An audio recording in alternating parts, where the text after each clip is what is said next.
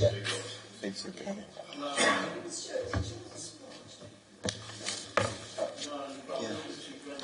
Good afternoon.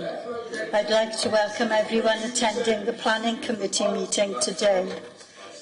Committee members, please be aware that we are all on camera and you may be visible on screen when people around you are speaking. Please remember to speak clearly into your microphones. We welcome the use of the Welsh language at meetings. I have had no request for people to speak Welsh today, so this meeting will be conducted in English only. Please can all mobile phones and other noisy devices be put on silent. If there is an emergency alarm, please follow the green signs and go to the ground floor of the Civic car park. Thank you. I'm going to ask the officers now to introduce themselves, please, starting with Polly. Good afternoon, I'm Polly Ellis from the Council's Legal Services Department. Rachel Beale from Democratic Services. Richard Lewis, Head of Planning. Paul Wilden, Group Leader, Highway Development. Norman Jones, Team Leader, Applications. Thank you. We go to item 1 on the agenda, attendance and apologies. Are there any apologies, Rachel? I've had apologies from Councillor Hugh Bevan and Councillor Phil Jones. Thank you. The next one, declarations of interest. Over to you, Polly. Firstly, can I remind members that you need to complete the declaration of interest form in the attendance register folder if you're declaring an interest in any application. And the following interest has been declared. Agenda item 5. Councillor Stuart Ashley declares a personal non-prejudicial interest in agenda item 5 as a member of Cumbrian Community Council who has been consulted on the application. Thank you. Item 3, minutes of a planning committee held on the 18th of June. Do you all agree it's a true record? Yes. Thank you. Any comments or questions there? No. Thank you. Item 4 is planning appeal decision.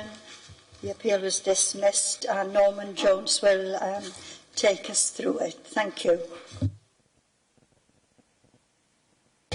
Just for members' information, this application didn't come before committee, but just to state, it was an application for full planning permission to put a dwelling in the position shown there, which is currently a garage. As you can see, this is Usk Road, where it junctions with the highway in Ewing. That was the proposal. We did have objections from neighbours in relation to amenity. However, the main concern and objection that we stuck with was the impact on highway safety coming out onto the Usk Road near the roundabout, and it was refused, as you see in the report, for highway reasons, and the inspector supported us and dismissed the appeal. Thank you, Chair. That's the access there. Thank you, Chair. Thank you. Are there any questions or comments from members? No? Yes, Stuart? Move that we note it, if that's the case, please. Right, we all agree to note it. Thank you. We'll go to the next step.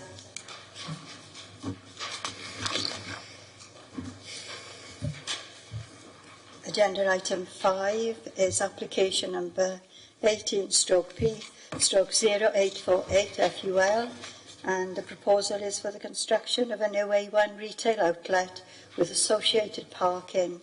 The site address is Lakeside Court, Llantarnam, Torfaen, and Norman Jones will take us through it. Thank you. As you can see, this site is adjacent to the former Lowesley's ice cream factory, now being utilised by another firm. It forms part of a larger site which was granted planning permission for employment uses back in 2005, but the only part of the site that's being developed are the office blocks at the rear.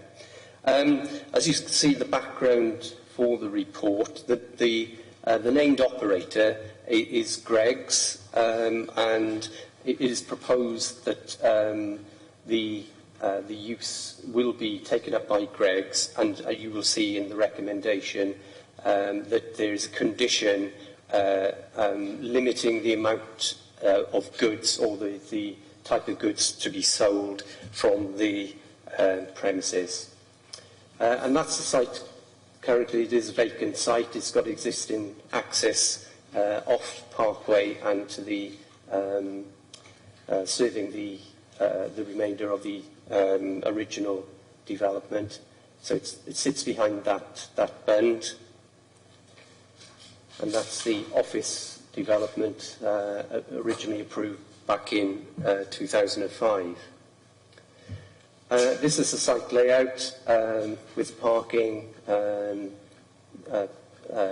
provision of a cycle stand there, and a seating area just outside. The applicants have come back since the publication of the report. They would like to extend the opening hours by an hour in the morning, so it open at 6 a.m. rather than 7 p.m.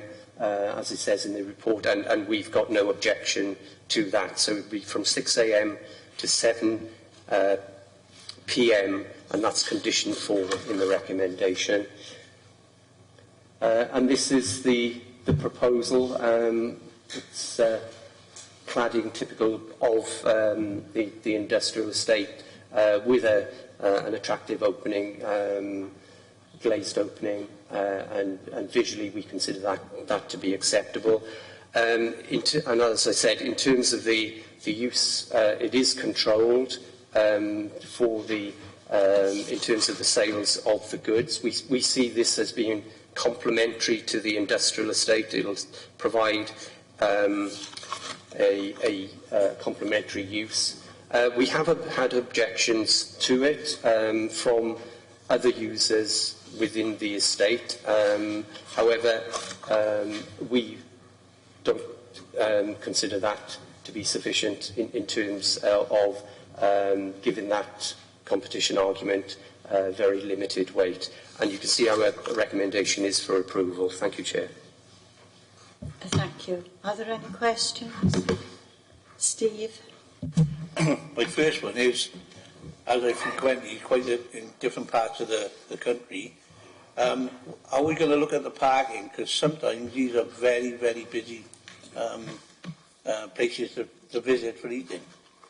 So that's the first part of it. And the other part is, along that road, it's going to be very busy with the police now going there as well. Is it going to be severely congested even further because of this? Thank you. Yeah, it is part of the industrial estate, so we would expect this to be developed. Yes, there are parking spaces within the site. However, we consider it to be centrally located within the industrial estate, so we think it will attract people by foot from the businesses surrounding it, and that gives it a sustainability argument in favour of it. And it is centrally located, and will attract people on foot. Yes, the Highways Officer would like to come in with this. Thank you, Paul. Yeah, thank you, Councillor. There's 14 spaces within the site itself, which is adequate for a proposal such as this. With regard to congestion, to be honest, I don't think a facility such as this is going to tip anything over the balance. You do get congestion on industrial estates at peak times, but at certain times, a lot of these businesses finish at certain different times. I know the police headquarters is going there, and members have raised issues regarding congestion in the particular area. And I have said to members that will be pretty short-lived, and you've got to expect congestion in some areas at peak times. This would never tip that over the balance, to be honest. Thank you. Thank you. Stuart, do you want to come in? Notice my colleagues down the Community Council are taking the late night opening at the moment, 7 o'clock. There's no mention of weekend on this. it's not a concern, it's just an observation. At the moment in Cwmbran, we've got the village centres that have got takeaway and cafe. Is this going to sort of form another food hub takeaway by the fact there's quite a lot going on down here? And I mean, I'm just making that observation because we've got Pontnew in Old Cwmbran, the former co-op site down on. I just wonder whether there's another one. I just want to hear your observations on that as much as anything. Right. Thank you, Norman. In terms of this particular proposal, it is a standalone proposal, and we see that as being complementary to the industrial estate. And in terms of the other things that you mentioned, in terms of perhaps spin-offs or attracting others, we would have to judge those if they came about. But we see the scale of the proposal. Obviously, one would have imagined they've done their market research, and they see a market for something of this scale to serve the industrial estate. Thank you, Chair. Thank you. Yes, Stuart. Yeah, no, I've got no objections to it. And you're thinking about the other operators down on that little estate, like there's Screwfix and motorbike people, and all that down there. It's an attractive offer, I can see that. But it's going to be interesting to see whether other people see this as an opportunity as well. I'm only making that observation. Yeah. And whether more come in, it would be interesting, I think. What I would say with regard to that, obviously, this is an industrial estate. We do aim to protect employment land for employment purposes, subject to it being complementary. Greg's have indicated, or the agent has indicated that they will be employing an equivalent of 9 to 10 full-time people there. Thank you. Ron, you're next. Thank you, Chair. Thank you, Norman. It's, without question, that's a little gold mine for them, because, I mean, I know the estate very well. There's thousands of people working there. And I know the other two outlets are there as well, and I'm sure with the police going there as well, there's more than enough for everybody.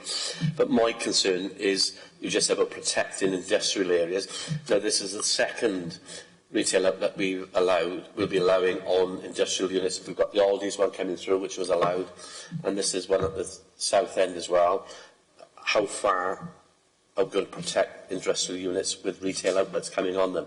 This will complement it, as you said. There's no question about it. There's just so many people working there now, and as the highways officer said, that I wouldn't go near there at 5 o'clock at night, because it's that time when everyone's coming up, through the day it's no problem at all. But as a unit itself, I'm for it. But as long as officers, you are looking at to protect our industrial areas, that doesn't become retail outlet areas, which we fought for years to try and keep within town. We've lost that a bit now with the Aldi's going there. It's one of those things, but I'm sure members will learn a lesson from that in the future, hopefully. But I will be accepting that. Thank you. Norman, please.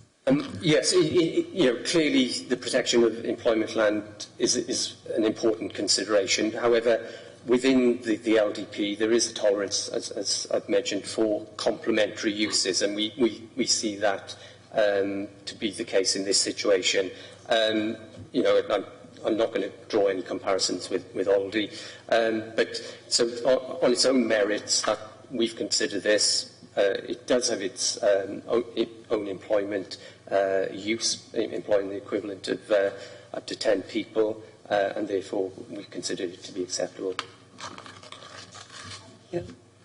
Veronica, did you want to come in? Yes, thank you, Chair, if I may. Just looking at this in terms of the parking, you say there's 10 staff. There's no parking there for them, is there? They wouldn't be there at all times. It would be six full-time staff and 6 part-time staff. But we could consider that the 14 spaces that have been provided is enough to satisfy the parking requirements for this form of development. Okay, if I can come back on that. I know the area quite well, and there are tremendous parking problems, as I'm sure you as planning officers appreciate. What happens if other workers choose to park in that area simply because there's nowhere else for them to go, and they use that as an overflow? Does Greggs have any recompense for that at all, or is there any action they can take, or do they take that as part and parcel of the fact that they are situated in the middle of a busy industrial estate? Right. Thank you, Veronica. The Highways Officer, Paul, will answer that. Thank you. It's like generally, like most companies, to be honest, this particular area here, it's not a communal car parking area. It would be leased as part of any agreement to Greggs, and it would be for them to properly manage that car park. I should imagine that if they saw that people from other areas were parking there, they would quickly do something about it, I would suggest. The thing is, as well, is that when you get 14 employees to a development, they are not all there at the same time. They're spread out through the day, and not all employees have got cars. I mean, to be honest, these particular types of facility, they don't attract high salaries that people can afford cars. So, I mean, that's not to say that some of them may have cars, but I wouldn't anticipate that car park would be full of cars, and they would want to keep it for customers. It's good business for them to actually do that. This particular area along the frontage there is always quite clear of parked cars. That the area where there is a problem is up around Lakeside Close, where the aircraft factories are, the seat factories. And we are well aware of that. In this particular area, there isn't a problem at the moment. There's a problem a little bit further up by Screwfix, but there are plenty of opportunities to park in that area. The next biggest employer used to be the ice cream factory, which is Loosely's, and they've got a significant amount of car parking in their particular area. So while the impression is that this is busy, this industrial estate, the busiest part is well away from this particular area. Thank you for clarifying that. Okay, Veronica. Right, Gayna's next on the list. Yeah, I'd just like to make a comment on, I know that some of the staff would take up some of the spaces, but as you say, not all the time, with them coming in and out. But also I would say that a lot of the customers to Greggs would be by foot. Because of all the people working in the surrounding area. You're not going to drive from that unit over there to this unit over there. I think the majority of them will be walking to Greggs in that area. Right, thank you for that, Gayna. Ron, next. Well, that's just what Gayna said. I mean, I know this area so well, and it's so busy there with the airplane flight, and nobody is going to get in the car at lunchtime to go down there and lose their parking space, because they'll never get back in there. So it will all be on foot. And 14 parking spaces, the ones that they're going there, the ones that just driving past and pop in, but that whole side with Bronavon and all that estate there, it'll all be walking, because nobody's going to get in a car to lose their parking space. You'll never get back in there. So it's right what Gayna says, it'll all be walking. Right, thank you for that, Ron.